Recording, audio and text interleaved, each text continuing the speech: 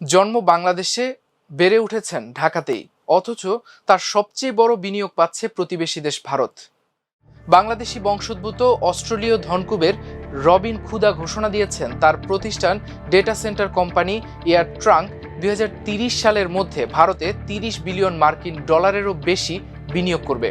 বাংলাদেশি মুদ্রায় যার পরিমাণ প্রায় 3.5 লাখ কোটি টাকার কাছাকাছি। আর সেই কারণেই সামাজিক যোগাযোগ মাধ্যমে সমালোচনার মুখে পড়েছেন বাংলাদেশি বংশোদ্ভূত অস্ট্রেলীয় ধনকুবের রবিন খুদা। সম্প্রতি ভারতের প্রধানমন্ত্রী নরেন্দ্র মোদীর সঙ্গে বৈঠকের পর রবিন খুদার প্রতিষ্ঠান data centre company air trunk ঘোষণা দিয়েছে ভারতে 30 বিলিয়ন মার্কিন ডলারেরও বেশি বিনিয়োগ করা হবে। এই অর্থ দিয়ে ভারত জুড়ে 5 গিগাওয়াট সক্ষমতার অত্যাধুনিক ডেটা সেন্টার অবকাঠামো গড়ে তোলা হবে, যা এআই, ক্লাউড কম্পিউটিং এবং ডিজিটাল অর্থনীতিকে আরও শক্তিশালী করবে। বিনিয়োগের খবর প্রকাশ্যে আসার পর থেকেই সামাজিক যোগাযোগ মাধ্যমে শুরু হয়েছে ব্যাপক আলোচনা সমালোচনা।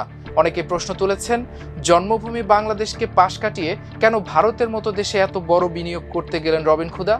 এ নিয়ে ফেসবুকে প্রতিক্রিয়া জানিয়েছেন সানিউল হক সানি নামের একজন। তিনি লিখেছেন, বাংলাদেশের বাইরে গিয়ে যারা শত শত কোটি ডলারের মালিক হয়েছেন তাদের কাউকেই দেশের মূল অর্থনীতিতে বড় বিনিয়োগ করতে দেখা যায় না। রবিন খুদাও তার ব্যতিক্রম নন। তার মতে, আবেগ দিয়ে ব্যবসা পরিচালিত হয় না। একজন বিনিয়োগকারী সেই দেশকেই বেছে নেন যেখানে নিরাপদ বিনিয়োগ পরিবেশ, উন্নয়ন অবকাঠামো এবং ভবিষ্যৎ সম্ভাবনা থাকে। অন্যদিকে ইলিয়াস হিমেল নামের একজন লিখেছেন, রবিন খুদা বাংলাদেশে বিনিয়োগ করতে এলে বিভিন্ন সরকারি বেসরকারি সংস্থার অনুমোদন ও জটিলতার মধ্যেই হয়তো তার ব্যবসা করার আগ্রহ শেষ হয়ে যেত। তিনি দেশের ব্যবসা বান্ধব পরিবেশ নিয়েও প্রশ্ন তুলেছেন। একই প্রসঙ্গে রকিব হোসেন নামের আরও একজন পোস্ট করে লিখেছেন, রবিন খুদার জন্ম ও বেড়ে ওঠা ঢাকায় হলেও তিনি কখনো বাংলাদেশে বড় কোনো বিনিয়োগ করেননি। এমনকি ভবিষ্যতেও সে ধরনের কোনো আগ্রহ প্রকাশও করেননি। কেন করেননি সেই প্রশ্ন তুলেছেন তিনি। আরেক ফেসবুক ব্যবহারকারী এম মিরাজ হুসাইন লিখেছেন, বিশ্বের প্রযুক্তি অবকাঠামো খাতে অন্যতম বড় বিনিয়োগকারী হিসেবে উঠে আসা রবিন খুদার এই সিদ্ধান্ত বাংলাদেশের জন্য একটি বার্তা।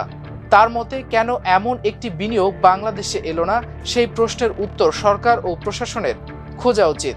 এদিকে মোদি এই বিনিয়োগকে ভারতের জন্য বড় অর্জন হিসেবে উল্লেখ করেছেন। তার ভাষায়, এই প্রকল্প নতুন কর্মসংস্থান তৈরি করবে, সাপ্লাই চেইনকে শক্তিশালী করবে এবং বৈশ্বিক এআই ও ক্লাউড কম্পিউটিং কেন্দ্র হিসেবে ভারতের অবস্থান আরও সুদৃঢ় হবে। তবে বাংলাদেশের সামাজিক যোগাযোগ মাধ্যমে আলোচনার কেন্দ্রবিন্দু এখন অন্য জায়গায়।